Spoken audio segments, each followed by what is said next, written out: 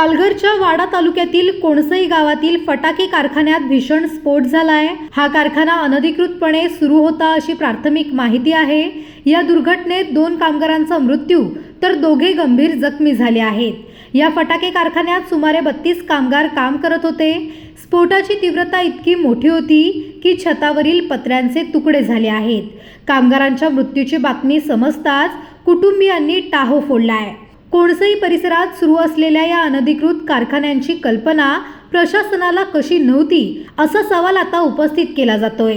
सण उत्सव आणि विविध कार्यक्रमांच्या पार्श्वभूमीवर फटाक्यांची मोठी मागणी असते, त्यामुळे या परिसरात अशा बेकायदेशीर कारखान्यांची संख्या वाढली आहे। यावर नियंत्रण ठेवण्यात प्रशासन अपयशी ठरल्याचे या घटनेच्या निमित्ताने अधोरेखित होत आहे। फटाके कारखान्यासाठी विशिष्ट नियम आहेत, परवानगीशिवाय असे कारखाने उभे करता येत नाहीत।